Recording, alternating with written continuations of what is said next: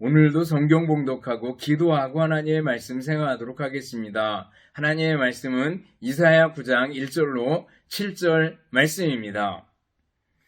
전에 고통받던 자들에게는 흑암이 없으리로다. 옛적에는 여호와께서 스불론 땅과 납달리 땅이 멸시를 당하게 하셨더니 후에는 해변길과 요단 저쪽 이방의 갈릴리를 영화롭게 하셨느니라. 흑암에 행하던 백성이 큰 빛을 보고 사망의 그늘진 땅에 거주하던 자에게 빛이 비치도다. 주께서 이 나라를 창성하게 하시며 그 즐거움을 더하게 하셨으므로 추수하는 즐거움과 탈취물을 나눌 때의 즐거움같이 그들이 주 앞에서 즐거워하오니 이는 그들이 무겁게 맨 멍에와 그들의 어깨의 채찍과 그 압제자의 막대기를 주께서 꺾으시되 미디안의 날과 같이 하셨음이니이다. 어지러이 싸우는 군인들의 신과 피 묻은 겉옷이 불의 섭같이 살라지리니 이는 한 아기가 우리에게 낳고 한 아들을 우리에게 주신 바 되었는데 그의 어깨에는 정사를 메었고 그의 이름은 기묘자라 모자라 전능하신 하나님이라 영존하시는 아버지라 평강의 왕이라 할 것임이라. 그 정사와 평강의 더함이 무궁하며 또 다윗의 왕자와 그의 나라에 군림하여 그 나라를 굳게 세우고 지금 이후로 영원히 정의와 공의로 그것을 보존하실 것이라. 만군의 여호와의 열심히 이를 이루시리라. 아멘. 기도하겠습니다. 사랑과 은혜가 풍성하신 하나님 아버지 감사합니다. 오늘도 하나님의 말씀을 생각하는 소중한 시간입니다. 이 말씀들을 마음으로 받고 마음에 새기고 믿음으로 승리하는 삶을 살게 하옵소서. 감사드리오며 예수님 이름으로 기도드리옵나이다. 아멘. 여러분 다시 만나서 반갑습니다. 주님의 이름으로 여러분들을 진심으로 사랑합니다. 또 한 주간 지나오면서 우리들이 감사할 일들은 어떤 것들이 있었는지 한번 돌이켜 보시기를 바라겠습니다. 날씨가 많이 추워졌습니다. 그렇지만 우리가 따뜻한 밥, 또 따뜻한 국 먹을 수 있다면 감사해야죠. 따뜻한 물에 목욕할 수 있다면 감사해야죠. 따뜻한 방에서 잘 수 있다면 감사해야죠. 여러분들 늘 감사하며 살 수 있기를 바라겠습니다. 성탄절이 다가오고 있습니다. 성탄절이 되면 제가 학교 교회에 있을 때 늘 고3 학생들에게 야, 추리와 교회 장식 좀 해봐라 이렇게 부탁을 합니다. 왜냐하면 고3들 수능 끝나고 나면 시간이 좀 널널하거든요. 그러면 자기네 나름대로 기수별로 모여가지고 끙끙 앓으면서 추리를 계획하고 장식을 계획하고 한다고 해봅니다. 근데 꼭 그 추리를 마칠 때가 되면 어느 때인가 하면 12월 23일 정도 돼요. 아니면 더 늦으면 크리스마스 이브 정도까지 가는 걸 봅니다. 그러다 나면 막상 추리를 볼 수 있는 날이 며칠밖에 되지 않습니다. 그래서 해마다 제가 강조하는 건 야, 추리를 하려면 12월 들어가자마자 바로 달도록 하고 추리도 하나 만들어 놓고 그래라. 그래야지 오래도록 보지. 크리스마스 끝나고 나면은 그 철지난 것처럼 그렇게 의미가 많이 사라지지 않냐. 미리 좀 해라 그랬는데 다들 연구하고 끙끙대고 그러는 동안에 시간을 많이 지나가지고 크리스마스 직전에 거의 완공하고 마는 것을 볼 수가 있어요. 그렇지만 그 크리스마스 추리하는 동안에 우리 아이들이 얼마나 좋아하고 얼마나 기뻐하고 그러는지 모릅니다. 여러분들 올해도 성탄절이 다가오고 있습니다. 물론 성탄절의 분위기들이 여러모로 많이 사라진 기분이 듭니다. 그렇지만은 정말 성탄절을 맞으면서 감사해야 되고 기뻐해야 되고 좋아해야 되는 사람은 누구예요? 바로 우리 그리스도인들, 우리 성도들입니다. 기독교인들입니다. 예수님이 이 땅에 오셨다는 거예요. 예수님께서 우리를 구원하시려고 인간의 몸을 입고 우리에게 오셔서 우리와 같은 몸을 입고 이 땅에 오셨다는 거예요. 얼마나 감사한 일인지 모릅니다. 성탄절을 맞으면서 여러분들 다시 한번 감사하는 마음 가지고 기쁨으로 성탄절을 맞을 수 있기를 바라겠습니다. 예수님께서 이 땅에 오시기 700년 전에 이사야 선지자가 활동을 했습니다. 그러면서 예수님이 오실 것을 명확하게 예언하고 있는데 그 중에 하나가 바로 오늘 읽은 이사야 9장 1절부터 7절까지 말씀입니다. 한 아기가 우리에게 낳고 한 아들을 우리에게 주셨다. 이렇게 말씀하고 있습니다. 우리에게 한 아기, 한 아들을 주셨대요. 바로 예수님이죠. 예수님을 우리에게 주셨다는 겁니다. 그러면서 예수님이 어떤 분인가 하는 것을 아주 잘 설명해 주고 있습니다. 예수님이 어떤 분입니까? 예수님은요, 먼저 큰 빛으로 오신 분이다 라는 거예요. 큰 빛으로 오신 분. 1절, 2절입니다. 1절 보면은요, 전에 고통받던 자들에게는 흑암이 없으리로다. 옛적에는 여호와께서 스불론 땅과 납달리 땅이 멸시를 당하게 하셨더니 후에는 해변길과 요단 저쪽 이방 갈릴리를 영화롭게 하셨느니라. 스불론 땅, 납달리 땅 시골 변방입니다. 그리고 전쟁이 많아서 늘 시달리는 그런 지방이었습니다. 그러나 그 흑암 어두운 땅에 예수님께서 큰 빛으로 오셨다는 거예요. 2절을 보면은요, 흑암에 행하던 백성이 큰 빛을 보고 사망의 그늘진 땅에 거주하던 자에게 빛이 비치도다. 이렇게 노래하고 있는 걸 볼 수가 있습니다. 이 구절은요, 나중에 마태가 마태복음을 쓰면서 그대로 옮겨옵니다. 그래서 마태복음 4장 13절을 보면 나사렛을 떠나 스불론과 납달리 지경 해변에 있는 가버나움에 가서 사시니 이는 선지자 이사야를 통하여 하신 말씀을 이루려 하심이라. 이사야가 하신 말씀을 이루려 하심이라. 이렇게 얘기합니다. 일러스되 스불론 땅과 납달리 땅과 요단강 저편 해변길과 이방의 갈릴리여, 흑암에 앉은 백성이 큰 빛을 보았고 사망의 땅과 그늘에 앉은 자들에게 빛이 비치었도다 하였느니라. 이렇게 그 구절을 그대로 인용하면서 바로 예수님께서 큰 빛으로 오셨다라는 걸 말씀해주고 있습니다. 여기 있는 단어들을 보셔요. 고통, 흑암, 멸시, 사망의 그늘진 땅, 한마디로 어둠이고 흑암입니다. 근데 예수님께서 빛으로, 큰 빛으로 오셨다라는 거죠. 흑암이라는 것은 호셰크라는 말인데 죄, 무지, 고통 이런 것들을 상징합니다. 또 빛이라는 건 생명, 여호와의 진리 이런 걸 뜻합니다. 바로 예수님께서 오셨을 때, 빛으로 오셨을 때 죄와 무지와 고통의 그늘들이 사라져버리게 됐다라는 것을 얘기해주고 있습니다. 여러분들, 예수님이 큰 빛으로 오셨음을 믿습니까? 스불론 땅과 납달리 땅은 정말 시골 변방이었고요. 그곳에서 그 나다나엘이 나사렛에서 무슨 선한 것이 날 수 있겠느냐라고 얘기할 정도로 그쪽 지역이 굉장히 낙후된 그런 지역이었습니다. 전쟁의 피해를 많이 받는 그런 지역이었습니다. 그러나 예수님께서 큰 빛으로 오셨다라는 걸 볼 수가 있습니다. 스불론과 납달리만 그렇습니까? 세계 역사를 보셔요. 예수님이 오셨을 때 로마의 평화 시대입니다. 여러분들 역사를 좋아하는 사람들은 잘 알지만 로마의 평화 시대가 열리면서 팍스 로마나라 그러죠. 로마의 평화 시대가 이 아우구스투스 때부터 열리게 됩니다. 그리고 나라가 굉장히 많이 안정되어 있었습니다. 경제적으로 번영했습니다. 모든 길은 로마로 그래가지고 로마 사람들은 어느 곳을 점령하면 그곳에 군사적인 반란이나 이런 것들을 진압하기 위해서 길을 열심히 닦았습니다. 근데 그 길을 통해 가지고 상업과 무역이 발달하면서 경제가 많이 발달하게 되었습니다. 사람들이 잘 먹고 잘 살게 되었습니다. 그런데 사람들의 마음은 어떡합니까? 공허하고 암울하고 도덕적으로 성적으로 타락하고, 그리고 종교적으로 보면 그리스 신화, 로마 신화를 여러분들 알잖아요. 온통 모든 잡신들을 다 섬기고 우상을 만들어 섬기는 그러한 공허한 상태에 있었다라는 거예요.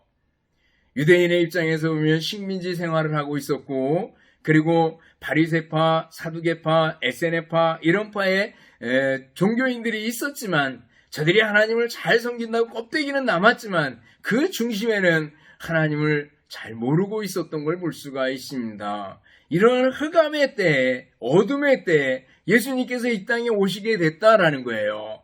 예수님께서 큰 빛으로 이 땅에 오시게 되었다라는 거예요.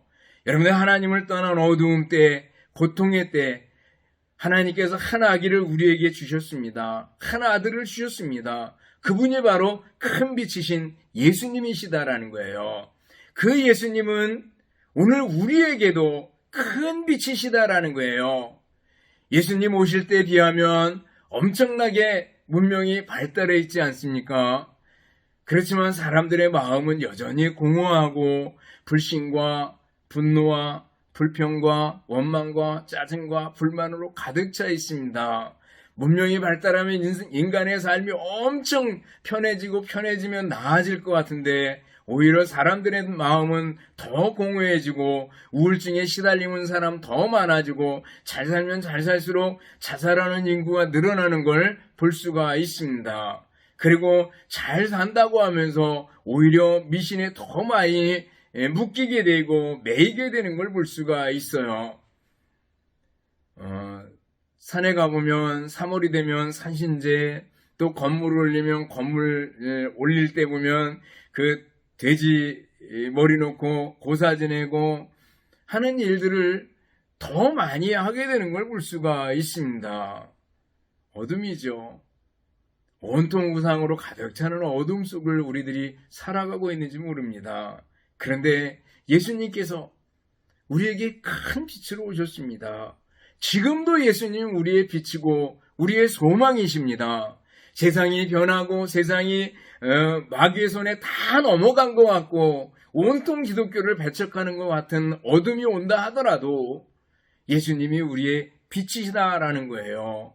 여러분들 고통에 있는 사람, 병중에 있는 사람, 분노로 가득 찬 사람, 복수심에 불타는 사람, 사람들에게 상처받고 괴로운 사람, 암울한 미래를 걱정하는 청년들, 우울증에 걸려있는 사람들, 어느 사람에게나 예수님은 빛이요 소망이요 희망이다라는 거예요.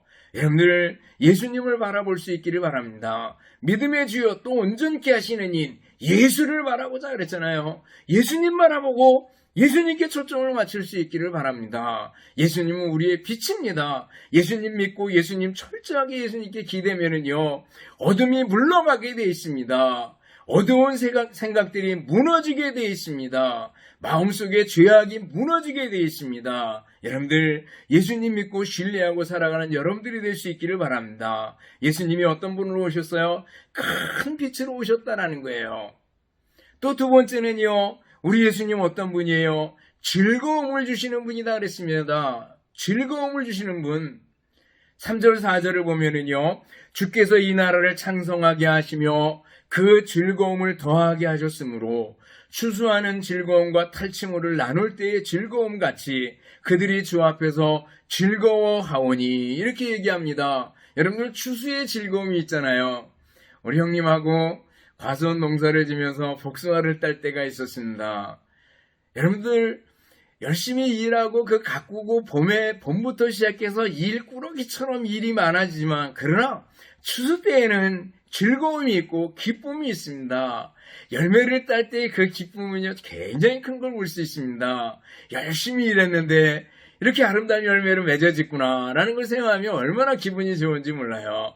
추수의 즐거움을 우리에게 주실 분이 누구예요? 예수님이라는 거예요. 4절 보면 이는 그들이 무겁게 맨 멍에와 그들의 어깨에 채찍과 그 압제자의 막대기를 주께서 꺾으시되 미디안의 날과 같이 하셨습니다. 그랬습니다. 미디안의 날, 기드온이 생각나지 않습니까? 기드온의 300용사가 소리치며 그 항아리를 깰 때 횃불을 들고 그리고 칼을 들고 여호와의 칼이요 기드온의 칼이요 외칠 때 미디안 사람들이 깜짝 놀래가지고 도망치면서 서로를 찌르고 아주 그 진영에 다 무너져 버리는 그런 모습을 볼 수가 있습니다. 바로 우리 주님께서 그 압제자의 그 막대기를 꺾어버리셨다고 얘기하는 걸 볼 수가 있습니다. 여러분들 우리 주님 예수님께서 우리에게 즐거움을 주시는 분이다라는 거예요. 압제자의 그 압제를 걷어버리고 우리에게 참 즐거움을 주시는 분이 바로 예수님이다라는 거예요. 여러분들 예수님을 믿고 사십니까? 예수님의 다스림과 통치를 받고 살아가고 있습니까? 예수님의 통치를 받으면 그곳이 뭐라 그랬어요? 천국이라 그랬어요. 천국의 특징은요, 기쁨이 있고 즐거움이 있다라는 거예요. 바울사도는 감옥에 있으면서도 늘 편지하면서 기뻐하라. 내가 다시 말하노니 기뻐하라. 이렇게 얘기합니다. 감옥에 갇혀 있는 게 뭐가 기쁘고 뭐가 즐겁겠어요? 그렇지만 바울사도는 그 안에 예수님이 계셨습니다. 그리고 예수님 안에 자기가 거했습니다. 그렇기 때문에 예수님을 믿고 있었기 때문에 환경이 문제가 되지 않았습니다. 늘 감사가 있었고 늘 기쁨이 있었던 것을 볼 수가 있습니다. 초막이나 궁궐이나 내 주 예수 모신 곳이 그 어디나 하늘나라 그렇잖아요. 예수님을 모신 곳에 참 만족이 있고 참 기쁨이 있다는 거예요. 바울사도가 빌립보서를 쭉 쓰면서 내가 자족하기를 배웠다 이렇게 얘기합니다. 그래서 비천에 처할 줄도 알고 풍부에 처할 줄도 안다 이렇게 얘기합니다. 나는 만족하고 나는 자족할 수 있다라는 거죠. 왜요? 예수님 때문에 내게 능력 주시는 자 안에서 내가 모든 것을 할 수 있느니라 이렇게 얘기하는데 내게 능력 주시는 자 바로 예수님 안에서 나는 참 기쁨을 누리고 참 즐거움을 누리고 있다라는 것을 얘기해주고 있습니다. 여러분들 예수님께서 우리에게 즐거움을 주시려고 우리에게 만족을 주시려고 우리에게 오셨습니다. 그래서 예수님께서 뭐라 그래요? 수고하고 무거운 짐진 자들아 다 내게로 오라 내가 너희를 쉬게 하리라 이렇게 말씀하셔요. 우리에게 수고하고 무거운 짐들이 있습니다. 어떤 사람은 병 때문에 아파서 어떤 사람은 인간관계가 틀어지는 것 때문에 어떤 사람은 경제적인 심각한 실패와 타격 때문에 빚 때문에 마음 졸이고 살아가는 많은 경우들을 보게 됩니다. 그렇지만 예수님 뭐라 그래요? 수고하고 무거운 짐진 자들아 죄의 짐 때문에 철철 매고 있는 우리들의 모습을 보고 수고하고 무거운 짐진 자들아 다 내게로 오라 내가 너희를 어떻게 해요? 쉬게 하리라. 예수님이 우리의 피난처가 되시고 예수님이 우리의 안식처가 되신다는 겁니다. 예수님 안에 즐거움이 있고 예수님 안에 만족이 있다는 겁니다. 믿습니까? 여러분들 예수님 믿고 예수님 의지하고 살아갈 수 있기를 바라겠습니다. 지라니 어린이 합창단이라는 케냐의 39명으로 구성된 어린이 합창단이 있습니다. 이 합창단은요, 케냐의 수도 나이로비의 고로코초 마을의 슬럼 지역이라고 얘기를 합니다. 이곳은요, 고로코초, 이것은요, 쓰레기라는 뜻입니다. 바로 그 나이로비의 쓰레기를 모아놓는 곳인데, 이곳에 사람들이 모여들었습니다. 가난한 사람들이 모여들어서 쓰레기 더미 위에서 살아갔습니다.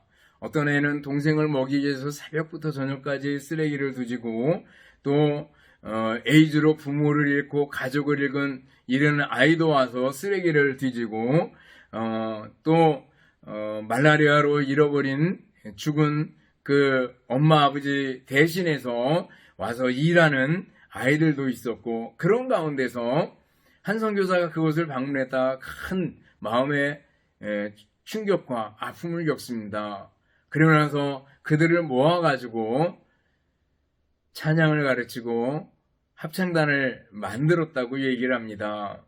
처음에는 화음이 뭔지 노래가 뭔지 희망이 뭔지 살아가는 게 뭔지 아무것도 모르는 그런 상태에서 그냥 하루하루 쓰레기 뒤지는 아이들을 모아가지고 노래를 가르쳐주고 그리고 찬양을 가르쳐주고 예수님을 가르쳐주고 하는 동안에 아이들이 점점 마음을 모아가지고 합창을 하기 시작했습니다.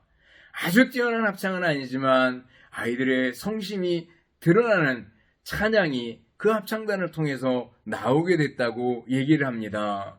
아이들이 잘 못하는 거였지만 그러나 그걸 듣는 사람들은 얼마나 큰 감동을 느끼게 되는지 몰랐다고 얘기를 합니다. 아이들은 하쿠나 마타타 걱정하지 마세요. 잘 될 거예요. 라는 그 노래를 즐겁게 하고 그리고 케냐 정부조차 외면한 마을을 바로 예수 그리스도를 통해서 즐거움의 동네로 변화시켰다고 얘기를 합니다. 비록 쓰레기 더미 속에 살아도 예수님을 모시면 기쁨이 있고 즐거움이 있습니다. 여러분들 현 상태가 어떻습니까? 현재 상황과 처지, 형편은 어떻습니까? 아주 열악하고 아주 힘들다 이렇게 느끼십니까? 그래도 예수님이 내 왕이고 예수님을 모시고 있고 예수님의 통치를 받으면 즐거움이 있고 기쁨이 있고 만족이 있습니다. 예수님이 말씀하셔요. 내가 생명의 떡이다 라고 말씀하셔요. 이것은요, 예수님이 내게 생명을 주시는 분이다, 영생을 주시는 분이다. 동시에 예수님 안에 참 만족과 기쁨이 있습니다. 예수님이 내 빵이고 예수님이 내 밥입니다라는 거예요. 밥을 먹으면 만족이 있고 기쁨이 있잖아요. 여러분들, 바로 예수님이 우리에게 참 만족과 기쁨을 주시는 분입니다 라는 거예요. 예수님 믿고 의지하고 사는 걸 감사히 여기고 예수님 믿고 감사함으로 살아가는 여러분들 될 수 있기를 바라겠습니다. 나아가 우리 예수님 어떤 분이에요? 오늘 본문에 보면은 평강을 주시는 분이다 그랬습니다. 평강을 주시는 분이다. 5절을 보면은요, 어지러이 싸우는 군인들의 신과 피 묻은 겉옷이 불의 섭같이 살라지리니 전쟁의 모습을 잘 표현해주고 있습니다. 군인들은 어지러이 싸웁니다. 그리고 신과 그리고 겉옷에 온통 피로 물들여져 있습니다. 그리고 곳곳에 불이 일어나고 그리고 비참한 지경을 그대로 다 표현해주고 있습니다. 그런데 그 전쟁이 그치게 된다라는 거예요. 6절을 보면은 이는 그치게 되는 이유는 한 아기가 우리에게 낳고 한 아들을 우리에게 주신 바 되었는데 예수님 아니겠어요? 예수님이 이 땅에 오시게 된다라는 거예요. 그 어깨에는 정사를 메었고 그 이름은 기묘자라 모사라 전능하신 하나님이라 영존하시는 아버지라 평강의 왕이라 할 것임이라 그랬습니다. 바로 예수님을 우리에게 주셨는데 예수님이 뭐예요? 평강의 왕이라 할 것임이라 이렇게 말씀하고 있는 걸 볼 수가 있습니다. 그리고 7절을 보면은 그 정사와 평강의 더함이 무궁하며 평강의 더함이 무궁하대요. 또 다윗의 왕자와 그의 나라에 군림하여 그 나라를 굳게 세우고 지금 이후로 영원히 정의와 공의로 그것을 보존하실 것이라 만군의 여호와 열심히 이를 이루시리라 이렇게 말씀하고 있습니다. 다윗의 왕자를 이을 왕으로 예수님께서 오셔서 영원히 정의와 공의로 보존하실 평강의 왕이시다라는 것을 얘기해주고 있습니다. 여러분들, 예수님이 계신 곳에 평강과 평화가 이루어집니다. 하나님과 우리 사이에 죄로 인해서 단절이 생겼습니다. 나는 죄인이 아니에요. 이렇게 얘기하지 마셔요. 모든 사람이 죄를 범하였음에 하나님의 영광에 이르지 못하더니 그랬잖아요. 저나 여러분 모두가 다 죄인입니다. 우리들의 돈이나 공로나 자격으로 하나님께 도달할 수 없습니다. 하나님과 간격이 벌어졌습니다. 어느 누구도 하나님께로 도달할 수 없습니다. 그런데 뭐예요? 하나님께서 손을 내미셨어요. 사랑을 내미셨어요. 그래서 예수님을 이 땅에 보내주셨습니다. 예수님께서 우리의 죄를 대신 짊어지시고 십자가에서 죽으시고 하나님과 우리 사이에 다리가 되어주셨어요. 바로 예수님의 십자가는 평화를 이루시는 평강의 왕의 그 평강의 다리였다라는 걸 우리가 알게 됩니다. 예수님이 하나님과 우리 사이에 평강을 이루시고 평화를 이루셨어요. 그리고 예수님이 사람과 사람 사이에 평강을 이루시고 평화를 이루실 분이다라는 걸 얘기해주고 있습니다. 아주 잘 알려진 예화 중에 이런 예화가 있습니다. 1879년에 프랑스하고 독일하고 아주 치열한 전쟁을 치르고 있었습니다. 청탄이 여기저기 나르고 서로 대치 상태에 있다가 크리스마스를 맞게 됐습니다. 크리스마스 이브인데 내일이면 바로 크리스마스입니다. 그런 대치 상태 속에서 갑자기 프랑스 쪽에서 한 군인이 총을 버리고 벌떡 일어납니다. 일어나서 찬양하기 시작합니다. 오 거룩한 밤 별들 반짝일 때 거룩한 주 탄생한 밤일세 찬양합니다. 그러자 독일 쪽에서도 한 군인이 총을 버리고 일어나더니 그것을 따라서 화답하기 시작합니다. 그러면서 프랑스 진영의 독일 진영의 양쪽 편의 군사들이 함께 찬양하기를 시작합니다. 그리고 찬송이 끝나고 한쪽에서 백기를 내밀어서 서로 잠시 휴전하자 그래가지고 크리스마스 기간 동안에 휴전을 하고 전쟁을 잠시 멈췄었다고 얘기를 합니다. 평화에 관한 예화로 아주 많이 들려지는 예화입니다. 이런 예수님 안에서 평강이 이루어지고 평화가 이루어진다라는 거죠. 인도네시아에 일리안 자야족이라는 족이 있었습니다. 근데 이 사람들이 식인종이었고, 그리고 부족 간에 늘 전쟁이 심한 조그만 부족들이 서로 싸우고 전쟁하고 그런 상태에 있었습니다. 그런데 돈 리처드슨이란 선교사가 이 지역에서 선교를 하다가 이 전쟁하는 모습들, 이런 모습을 보게 됩니다. 선교사님이 활동하기 시작한 지 2년 만에 실제로 부족 간에 큰 전쟁이 일어나게 됐습니다. 그런데 전쟁을 마칠 때면은 갓난아기를 상대편에게 이렇게 제물로 줘서 그 아이를 가지고 인신제사를 지내고 전쟁을 마쳤다고 얘기를 합니다. 그래서 평화의 아기라 그래가지고 그 아이를 이렇게 상대편에게 줌으로 화해가 되는, 이루어지는, 타협이 이루어지는 그런 일이 있었다 그래요. 근데 이 선교사님과 갖고 2년 만에 아주 큰 전쟁이 있었습니다. 그 전쟁이 있던 밤에 선교사님이 아이를 안고 나타났습니다. 그 전쟁터 사이에. 바로 자신의 아이였습니다. 그리고 그 자신의 아이를 그 제물로 바치라고 내놓습니다. 그러면서 예수님을 소개합니다. 이 아이가 정말 평화의 아기가 되기를 원합니다. 그런데 정말 평화의 아이가 있습니다. 그러면서 예수님을 소개합니다. 하나님께서 우리 인간들을 사랑하셔서 예수님을 이 땅에 보내주셨습니다. 예수님께서 이 땅에 오셔서 십자가의 죽으심으로 하나님과 우리 사이에, 사람과 사람 사이에 평화가 이루어지게 됐습니다라는 걸, 복음을 전하기 시작했습니다. 모두가 다 식인종들이 정말 숙연해졌습니다. 그리고 나서 그 이후에 서로 화해하게 되고 다시는 아이를 인신제사로 드리는 제물로 이렇게 바치지 않게 되었다고 얘기를 합니다. 여러분들, 예수님이 누구시라고요? 평강의 왕이시고 평화의 왕이시다라는 거예요. 예수님의 평화의 왕인 것은요, 예루살렘 입성하실 때 예수님께서 말을 타지 않고 나귀를 타십니다. 보통 왕이라면, 그리고 개선장군이라면 당당하게 말을 타고 입성을 했을 겁니다. 특별히 로마 시대 개선장군들은 말 4마리, 100마리 끄는 마차를 타고 이렇게 입성을 했던 것을 볼 수가 있습니다. 좀 직급이 낮은 장군들은 자기 혼자 말을 타고 입성하기도 했습니다. 개선장군 개선식을 거행하고 했던 걸 볼 수가 있습니다. 그런데 예수님은 어떻게 해요? 조그만 나귀 새끼를 타고 합니다. 이것은 뭐예요? 예수님이 평화의 왕이시다라는 거예요. 평강의 왕이시다라는 거예요.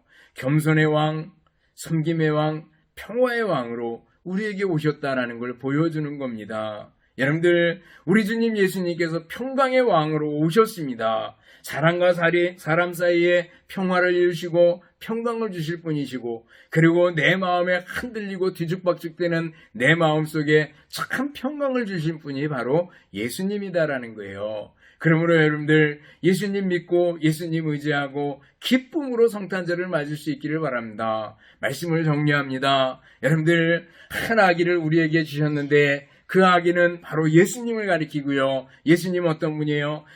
큰 빛으로 오신 분입니다. 예수님 어떤 분이에요? 즐거움을 주시는 분입니다. 예수님 어떤 분이에요? 우리에게 평강을 주시는 평강의 왕으로 오신 분입니다. 성탄절을 기다리며 성탄절을 맞으며 예수님 의지하고 정말 감사함으로 기쁨으로 성탄절을 맞고 여러분들의 삶에서 믿음으로 승리하는 역사가 있기를 주님의 이름으로 축원합니다. 기도하겠습니다. 사랑과 은혜가 풍성하신 하나님 아버지, 감사합니다. 오늘 한 아기를 우리에게 주셨는데, 바로 예수님을 우리에게 주셨는데, 우리 주님 예수님은 큰 빛이시며 즐거움을 주시는 분이시며 평강의 왕이심을 배웠습니다. 예수님 믿고 의지하고 믿음으로 살며 감사하며 살며 기쁨으로 살아가는 저희들이 되게 하여 주시옵소서. 예수님 이름으로 기도드리옵나이다. 아멘. 축도하겠습니다. 이제는 우리 주님 예수 그리스도의 은혜와 하나님 아버지의 극진하신 사랑하심과 성령님의 교통하심과 인도하심이 함께 모여 예배드리고 말씀 듣는 우리 모든 성도들 머리머리 위에와 가정들 위에 주님의 몸된 교회와 우리나라 민족 위에 이제로부터 영원토록 함께 있을지어다. 아멘.